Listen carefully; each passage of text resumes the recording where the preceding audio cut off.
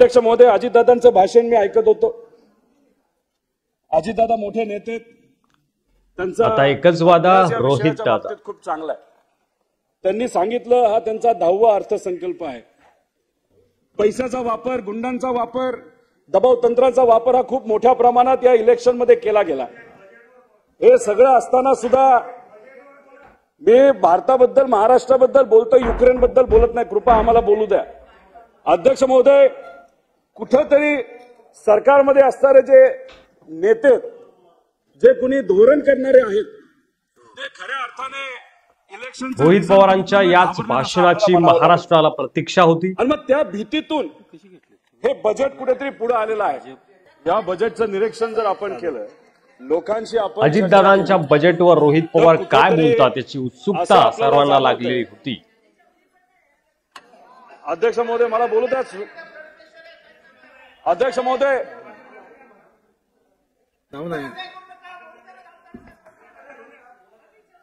रोहित दादा आपण बोला माझं बोलणं झालं. ताई बोला. आव्हाड साहेब त्यांना संधी दिली होती मागच्या लक्षवेधीला. उद्या पवार साहेब बोलल्या. अध्यक्ष महोदय, आता ताई तुम्ही जीवन या तोपर्यंत दादांच्या बजेटवर सरकून टीका करताना रोहित पवार आपल्याला दिसले. अध्यक्ष महोदय, बरंच बोलायचंय. आता शिकतो सुरुवात झाली. अध्यक्ष महोदय, काल 5 तास थांबलो, आज परत आलेलो आहे. परत 1-2 तास तुम्ही वाढून द्या अध्यक्ष महोदय. आता महत्वाचे मुद्दे याच्यात अध्यक्ष महोदय, अजून बरेच मुद्दे. अध्यक्ष महोदय, बोलणाऱ्यांची संख्या खूप आहे. बोलू द्या ना अध्यक्ष महोदय. बोलू द्या. घ्या लवकर. अध्यक्ष महोदय, आम्हाला बोलू द्या. बोलायला चान्स मिळत नाही. दादा लवकर संपवा. बोलणाऱ्यांची सदस्यांची संख्या खूप आहे.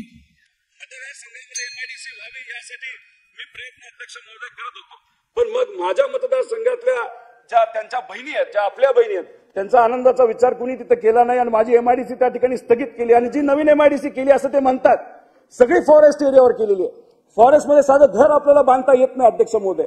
मग हे फसवाफसवीचं जे राजकारण आहे, त्याच्यामुळे ज्या महिला खऱ्या अर्थाने आनंद व्हायला पाहिजे, त्यांना आज कुठे दुःख होतंय. तर त्यांच्या आनंदाच्या बद्दल अनेक वेळा रोहित पवारांचं भाषण अध्यक्षांनी मध्ये थांबवलं आणि ते देखील आपण आता बघतोय. समोर देखील असा गोंधळ आपल्याला बघायला मिळणार आहे. अध्यक्ष महोदय, 1 मिनिट. अध्यक्ष महोदय, 2 मुद्दे. शेवटचा 1 मिनिट. दोन मुद्दे आपल्याला आहे ना. उद्या बोलू द्या ना. संख्या जास्त आहे. आव्हाड साहेब, असू द्या ना. घ्या दादा घ्या. बोला. 1 मिनिट संपला तुमचा. अध्यक्ष महोदय, थोडं समजून घ्या.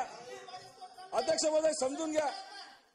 या अंगणवाडीच्या पोषण आहारामध्ये मेलेले साप निघतात अध्यक्ष महोदय, त्या ठिकाणी आळ्या निघतात. मग आता त्या आईची अपेक्षा असते सरकारकडनं जे पोषण आहार येतो त्याच्यामध्ये कुठेही काही चुकीचं निघू नये आणि आपल्या मुलीचा नाही तर मुलाचं आरोग्य हे चांगलं असावं.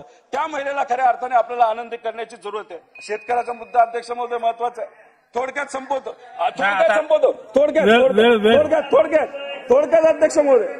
दादा आपल्याला विनंती आहे, बरेचसे सदस्य बोलणार आहेत अजून. 2 मिनिटं बोलतो ना अध्यक्ष महोदय. अध्यक्ष शेवट मुद्दा घ्या आणि संपवा. बाबतीत बोलायचं झालं अध्यक्ष महोदय, कपाशीचा रेट आज किती आहे अध्यक्ष महोदय? सोयाबीनचा रेट किती आहे? कांद्याचा रेट किती? सन्माननीय सदस्य प्रतापजी महोदय बोलू द्या की. कन्क्लूड करतोय बघा. शेवटचा कागद आहे बघा. सोडला अध्यक्ष महोदय. शेतकऱ्याला आता खतं मिळत नाही, खतं महाग झालेली आहेत, तर त्या अनुषंगाने सरकारने कुठेतरी विचार करण्याची जरूरत आहे. अध्यक्ष महोदय, माझं एवढंच म्हणणं आहे. शेवटचं कन्क्लूड 2-3 मिनिटं. अध्यक्ष महोदय, शेवटचं घेतोय. अध्यक्ष महोदय, आपल्या ज्या बहिणी ज्या अंगणवाडी इलेक्शन मध्ये अजित पवारांनी गुंडांचा वापर केला असं देखील रोहित पवार म्हणाले. त्यानंतर इथं येऊन त्या आपल्या एक नाथाकडे येतात आणि म्हणतात अपेक्षा असते की माझा हा प्रॉब्लेम सुटला पाहिजे, तो प्रॉब्लेम सुटला पाहिजे. पण त्यांच्या बैठकावर बैठका होतात. लोकसभेच्या निकालामुळे कशा प्रकारे अजित पवार घाबरलेत आणि त्या भीतीपोटी त्यांनी हे बजेट जे आहे ते मांडलेलं आहे असा आरोप देखील रोहित पवारांनी केलाय. यावर आता अजित पवार काय उत्तर देतात हे देखील आपल्याला बघायचंय. अधिवेशनामध्ये नेमकं काय रोहित पवारांच्या भाषणाला अजित पवार उत्तर देतात ते पाहणं उत्सुकतेचं ठरणार आहे. या व्हिडिओवर रोहित पवारांच्या भाषणावर तुमचं मत कमेंट करायला विसरू नका आणि असेच अपडेट पाहत राहण्यासाठी मराठी मंडळीवर नवीन असाल सबस्क्राईब करा. व्हिडिओ आवडला असेल तर जास्तीत जास्त शेअर करा आणि तुमचं मत बिनधास्तपणे कमेंट करायला विसरू नका. धन्यवाद.